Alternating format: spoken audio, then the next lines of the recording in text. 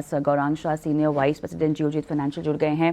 गौरांग, स्वागत है आपका और दिवाली की ढेरों शुभकामनाएं आपको। उम्मीद करते हैं ये दिवाली आपके लिए भी हो मुस्कान वाली। तो बाज़ार की दिवाली, क्या कहेंगे आप? बाज़ार किस तरह से दिवाली को मना रहा है, क्या भाप रहा है? फिलहाल काफ़ी सीमित दायरे में आज के सत्र की अगर हम बात करें, किस ओर आपको लगता है कि बाज़ार आज के अंत तक घूमता हुआ दिखाई देगा, या ओवरऑल माहौल ऐसा ही है? बहुत बहुत धन्यवाद कविता आपका और आपको, आपकी टीम, ईटी नाउ स्वदेश की टीम और ईटी नाउ स्वदेश के दर्शकों को हमारी कंपनी जियोजित फाइनेंशियल सर्विसेज और मेरे तरफ से दिवाली की ढेर सारी शुभकामनाएं। परमात्मा से प्रार्थना है कि आपकी सेहत बनी रहे और आपके धन में वृद्धि हो, शेयर बाजार में निवेश करके अच्छी कंपनी में।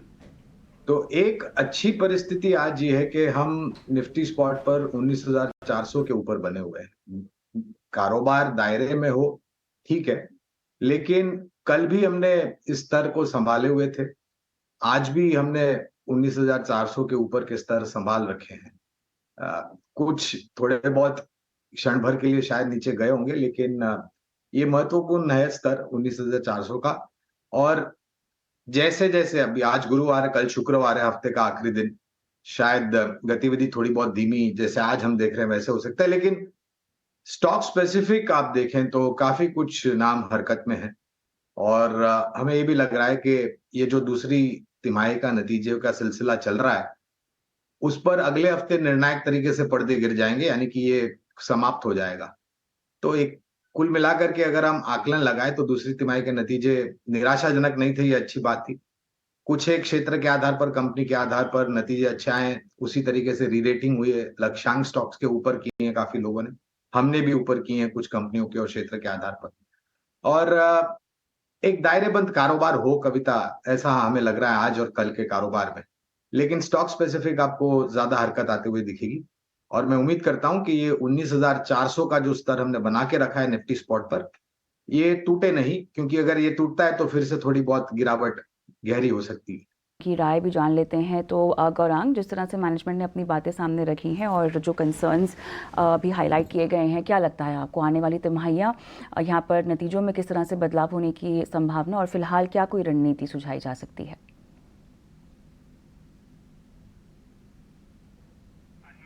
आप म्यूट पर हैं शायद। क्षमा चाहता हूँ कविता।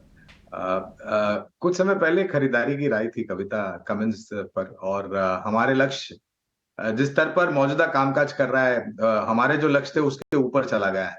तो बुनियादी तर्क के आधार पर समझदारी तो यही बनती है कि मुनाफा वसूली करे, और हमने उसी लिहाज से कमिंस पर मुनाफा वसूली की राय दी है।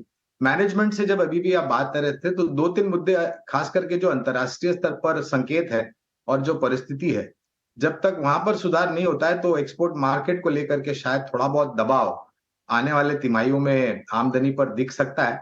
तो ये निर्भर होगा कि ये जो जियोपॉलिटिकल सिचुएशन खास करके जो खड़ी हुई है, वो किस वक्त पर, किस तरीके से और किस समय पर सुलझती है। फिलहाल मुनाफा वसूली की राय है कमिंस इंडिया पर।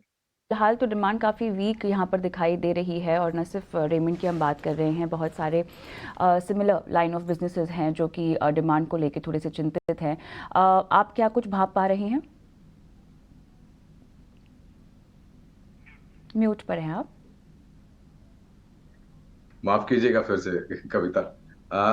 डिस्क्लोजर देना चाहेंगे, खरीदारी की राय है रेमंड्स पर लंबी अवधि के लिए, और मेरे ख्याल से ये जो डीमर्जर का आखिरी का जो प्रश्न था और जो उत्तर दिया है मैनेजमेंट ने कि अगले साल पहले क्वार्टर तक, अगर पहले वित्तीय क्वार्टर की अगर ये बात करते हैं हो जाता है तो एक वैल्यू अनलॉकिंग डेफिनेटली बनता है। और दूसरी बात है, इनके जो खास हाई एंड सेगमेंट के जो प्रोडक्ट्स हैं, वहां पर ट्रैक्शन बहुत बढ़िया है, और लिनन उसमें से एक है जहां पर मेरे ख्याल से उपभोक्ताओं ने दोनों हाथों से इस प्रोडक्ट को सराहा है, और ये हाई मार्जिन प्रोडक्ट है।